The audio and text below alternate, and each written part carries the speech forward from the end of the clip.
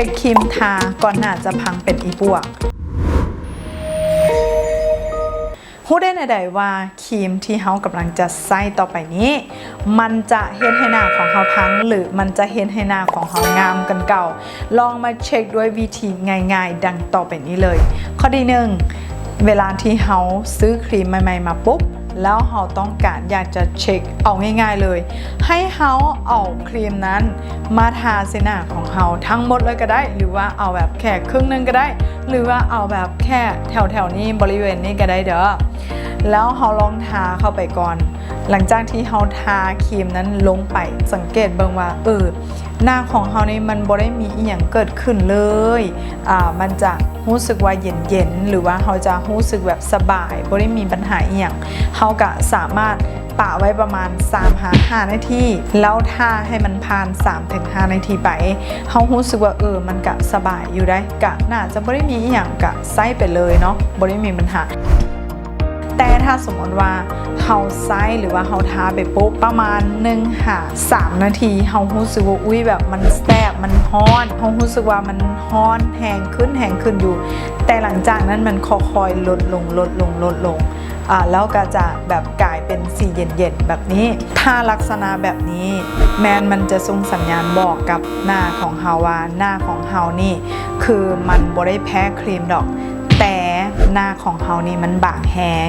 บางทีเฮาอาจจะใช้พวกครีมที่มันติดสารมาก่อนหรือว่าหน้าติดสารหรือว่าเฮ็ดให้หน้าของเฮานั้นมันมีความบางหรือว่ายังมีพวกสารตกค้างอยู่มันก็เลยเฮ็ดให้หน้าของเฮามันคันแบบยิ่งแต่ว่ามันค่อยๆจะหายไปอันนี้สามารถใช้ครีมได้เลยเนาะวิธีที่3เวลาที่เฮาทาครีมเข้าไปปุ๊บมันทั้งแสบทั้งฮ้อนทั้งเผ็ดเฮารู้สึกว่ามันคันแบบยิกคือแบบมดกัดแบบนี้แล้วก็เฮารู้สึกว่าแบบเฮาแทบจะทนบ่ไหว1 นาทีก็แล้ว3 นาทีก็แล้ว5 นาทีก็แล้วหลังจากที่แบบผ่าน5 นาทีไปมันฮอดประมาณ15 นาทีเลยมันจะเริ่มมีพื้นแดงขึ้นแล้วก็ออกฮ้อนแบบว่าบ่หยุดบ่หย่อนเลยบอกเลยล้างทันทีเลยเด้อ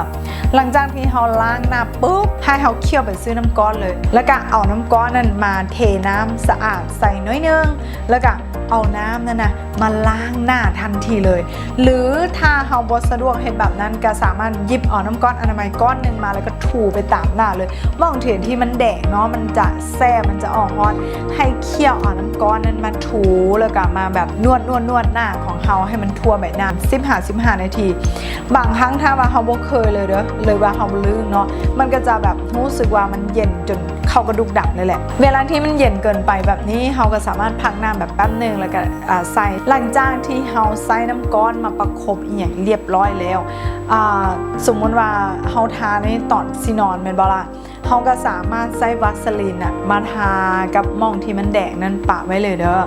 อันนี้จะเป็นวิธีที่เมย์เองเป็นคนใช้แล้วเกิดผลกับเมย์เพื่อว่าหมู่เพื่อนคนใดที่รู้สึกว่าเป็นผิวแพ้ง่ายแล้วก็อยากจะลองครีมแบบครีมตัวนี้เวิร์กหรือครีมตัวนี้บ่เวิร์กแบบนี้ก็สามารถใช้แล้วก็แก้ได้แบบทันทีเลยถ้าใครที่เบิ่งคลิปนี้จนจบและรู้สึกว่ามากะหากดไลค์ให้เป็นสีแดงและถ้าใครรู้สึกว่าคลิปนี้ดีและก็มีประโยชน์ช่วยแชร์ไปให้หมู่เพื่อนได้เบิ่งน้ำกันเลยเนาะแล้วก็เป็นบทเรียนให้กับทุกๆคนเอาล่ะถ้าผู้ใดที่สนใจอยากจะรู้สาระดีๆเกี่ยวกับการรักษาใบหน้าของเฮา